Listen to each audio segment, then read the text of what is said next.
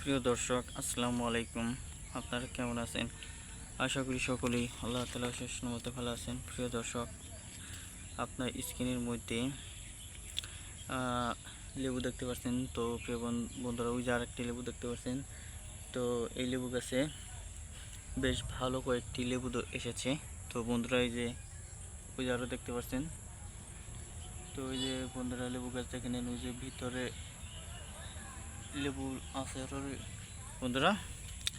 তো এই বন্ধুরা, আজকে আমি লেবুর শরবত খাওয়ার উপকারিতা সম্পর্কে আপনাদেরকে একটা ধারণা দিয়ে থাকবো।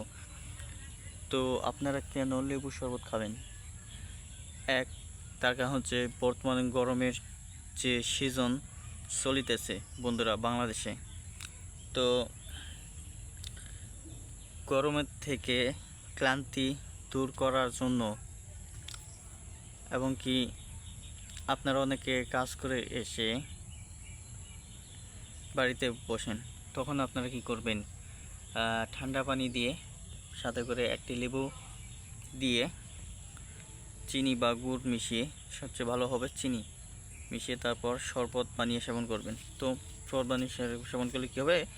আপনাদের পানির শূন্যতা পূরণ হবে লেবু শরবত খাওয়ার ফলে, এবং কি লেবুর মধ্যে যা যা উপকারিতা রয়েছে তা পূরণ হবে, এবং আপনাদের শরীর ঠান্ডা হয়ে যাবে, ক্লান্তি দূর হয়ে যাবে। তো ভিডিওটি আপনাদের কাছে কেমন লাগলো তা কিন্তু কমেন্টের মাধ্যমে জানিয়ে দেবেন। ধন্যবাদ আপনাদেরকে।